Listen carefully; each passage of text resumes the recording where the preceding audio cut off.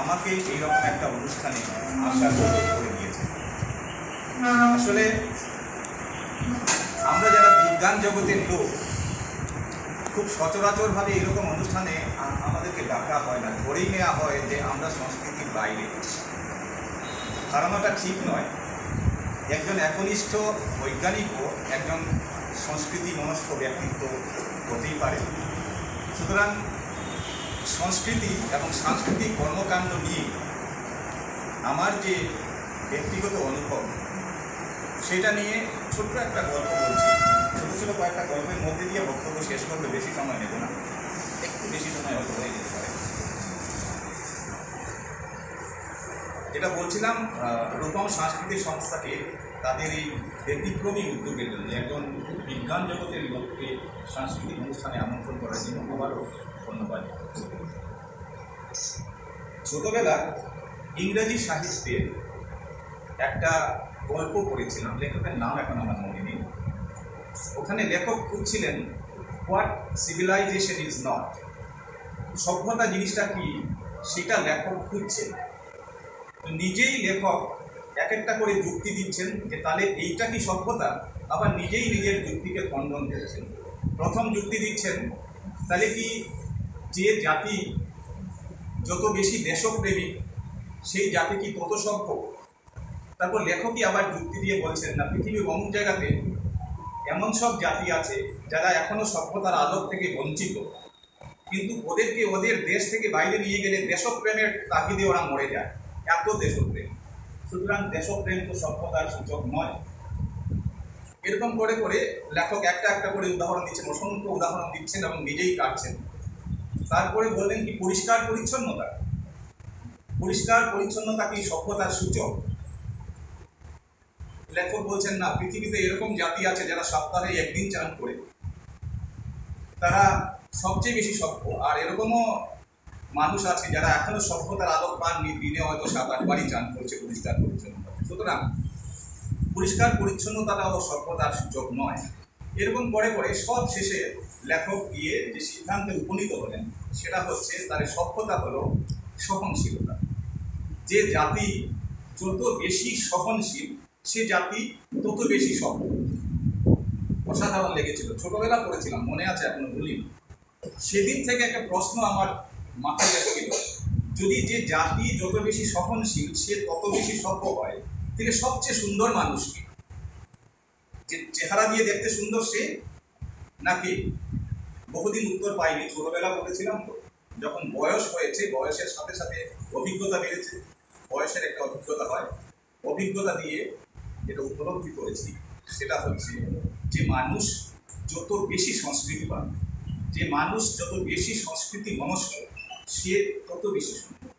তার বাহ্যিক আকৃতি দিয়ে তার সৌন্দর্য বিচার করলে হয়। রূপম সাংস্কৃতিক সংস্থা মানুষকে এইভাবে সুন্দর করে যাওয়ার চেষ্টা করে যাচ্ছেন। আমি তাদেরকে আন্তরিক ধন্যবাদ জানাই। দীর্ঘদিন ধরে তারা এই প্রয়াসটা চালিয়ে যাচ্ছেন সামাজিক কর্মকাণ্ডের সঙ্গে ক্রীড়া জগতের কর্মকাণ্ডের মধ্যে। বস্তুত রূপমের কোনো অনুষ্ঠানে আজকে আমার এই প্রথম উপস্থিতি, এর আগে আমি আর কোনোদিন থাকতে পারিনি। কিন্তু আপনারা শুনলে আনন্দ পাবেন যে দর্শক হিসাবে, শ্রোতা হিসাবে আমি রূপম সাংস্কৃতিক সংস্থার একটা অনুষ্ঠানের শ্রোতা হওয়ার সুযোগ পেয়েছিলাম আজকে থেকে 44 বছর আগে। 1979 সালে রামকৃষ্ণনগরে রূপম সাংস্কৃতিক সংস্থা রামকৃষ্ণনগর ব্লক ইনফরমেশন সেন্টারে একটা অসাধারণ পারফরমেন্স করেছিল। আমি আজও ভুলিনি, 44 বছর আগে। আমার এটা একটা খুশি বলুন বা গুণী বলুন, এটা আমার কষ্টের কাজ। আপনি ছিলেন সেখানে না? পঙ্কজদা ছিলেন। পঙ্কজদাকে আমি তখন চিনতাম না, পরে পরিচয় হয়েছে। অসাধারণ একটা অনুষ্ঠান রূপম সাংস্কৃতিক সংস্থা সেখানে করেছিল। সুতরাং রূপম সাংস্কৃতিক সংস্থার দর্শক হওয়ার সুযোগ হয়েছিল আমার আজকে থেকে 44 বছর আগে। আমার এখনো পরিষ্কার মনে আছে, সেই অনুষ্ঠানের শেষে একটা একান্ত একদৃশ্য নাটক হয়েছিল। নাটকটা রূপম সাংস্কৃতিক সংস্থা করেনি, করিমগঞ্জের একটা নাট্য সংস্থা সেই অনুষ্ঠানটা করেছিল। এবং নাটকের মানে একান্ত একদৃশ্য নাটকটা আমি এখনো মুখস্থ করে দিতে পারবো। নাটকের নাম ছিল যা তারা পারেনি। একটা ভিক্ষুক আর একটা চোরের মধ্যে কথোপকথনের মধ্যে দিয়ে একান্ত একদৃশ্য নাটক হয়েছিল, এবং আপনারা অনেকেই চেনেন সেই নাটকের ভিক্ষুকের চরিত্রে অভিনয় করেছিলেন একসময়ের করিমগঞ্জের বিধায়ক ছিলেন কেতুকি প্রসাদ দত্ত। কয়েক বছর আগে উনি মারা যান। উনি মারা যাওয়ার পরে যুগসংঘ পত্রিকায় আমি আমার স্মৃতিচারণাতে ওই এত বছরের পুরনো ঘটনাকে লিখেছিলাম, যে সেদিনকে আমি দেখেছিলাম। আমরা সবাই জানি কেতুকি প্রসাদ দত্ত একজন রাজনৈতিক ব্যক্তিত্ব, কিন্তু একটা রাজনৈতিক ব্যক্তিত্বের মধ্যে এই যে সূক্ষ্ম জিনিসটা লুকিয়ে আছে, সেটা 1979 সালে আমি দেখার সুযোগ পেয়েছিলাম। এবং সেইটা যখন যুগসংঘ পত্রিকাতে বেরিয়েছিল, করিমগঞ্জ থেকে এক ভদ্রলোক আমাকে ফোন করলেন যে অসাধারণ, আপনার স্মৃতি, এতদিনের পুরনো ঘটনা আপনার মনে আছে, আপনি খুব সুন্দর করে কেতুকিদার স্মৃতিচারণ করেছেন, আমরা কেতুকিদা বলে রাখতাম, স্মৃতিচারণ করেছেন। একটা কথা কি আপনার মনে আছে যে সেই নাটকে চোর কে হয়েছিল? আমি বললাম খুব মনে আছে, আপনি চোর হয়েছিলেন। মানুষটা করিমগঞ্জের পত্রিকা হাউসের প্রবীর ভট্টাচার্য, পঙ্কজদা বলতে পারেন, প্রবীর ভট্টাচার্য পত্রিকা হাউসে চোর হয়েছিল। সুতরাং একটা মানুষকে যখন আমরা খুঁজব, তখন তার বাহ্যিক আকৃতি দিয়ে খুঁজব না। খোঁজটা সম্পন্ন হবে যখন তার ভেতরের মানুষটাকে আমরা খুঁজে বের করব। রূপম সাংস্কৃতিক সংস্থা দীর্ঘদিন থেকে এইভাবে কাজ করে যাচ্ছে, মানুষের মধ্যে এই যে সুন্দর জিনিসটা, মানুষকে সুন্দর করে তৈরি করার কাজ করে যাচ্ছে। আমার আন্তরিক কৃতজ্ঞতা। প্রসঙ্গক্রমে একটা কথা বলছি, কলকাতায় আমার একজন মুহুরি আছেন, জায়গা জমিনের কাজ করতে গেলে দরকার করে মুহুরি। ভদ্রলোক কর্পোরেশনে কাজ করতেন, রিটায়ার করে গেছেন, তারপরে এইগুলো কাজ করেন কিছু সংসার চালানোর জন্য। একদিন ভদ্রলোক আমাকে যে সময় দিয়েছিলেন সেই সময়ে আসতে পারেন, আমি একটু গরম হয়ে গেছি, যে আপনি বললেন মশাই এই সময় আসবেন, আসতে পারেন।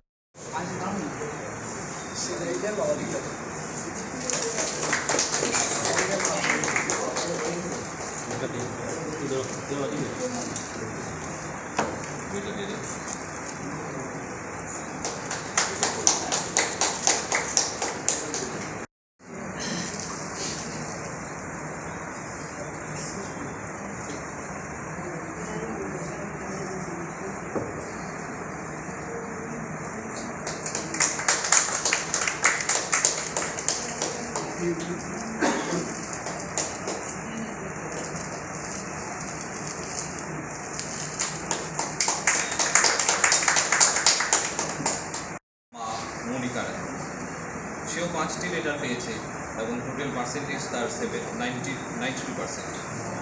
North East Higher Secondary School থেকে তার পিতা পেশায় সবজি বিক্রেতা এবং সে নিজে পড়াশোনার ফাঁকে টিউশন করছে, সেখান থেকে তার পড়াশোনার খরচ চালাচ্ছে। তাকেও আমরা আমাদের সংস্থার তরফ থেকে আর্থিক সহযোগিতার হাত বাড়িয়ে দেব। অমিত রায়কে সম্বর্ধনা জানানোর জন্য আমাদের সহসভাপতি নিহারঞ্জন পালকে আমি আসতে অনুরোধ জানাচ্ছি। সেকেন্ডারি স্কুল থেকে সে ফার্স্ট ডিভিশনে বাংলায় লেটার সহ 75% মার্কস পেয়েছে। তাকে সম্বর্ধনা জানানোর জন্য আমাদের মুখ্য উপদেষ্টা প্রদীপ দত্ত রায়কে আমি মঞ্চে আসতে অনুরোধ করছি।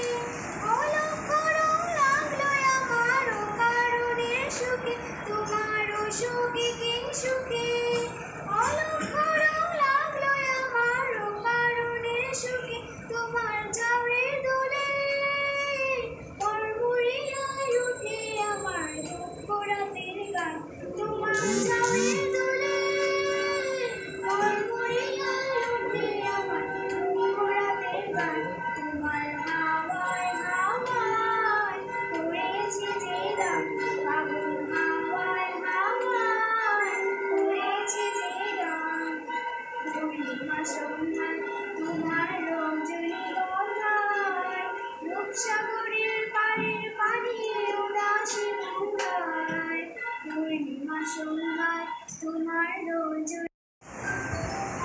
আসাম ইউনিভার্সিটির মানবেন্দ্র প্রেস ক্লাব, সেই সঙ্গে আমরা আরও একজনকে পেয়েছি আজ, কলেজিয়েট স্কুলের প্রধান শিক্ষিকা।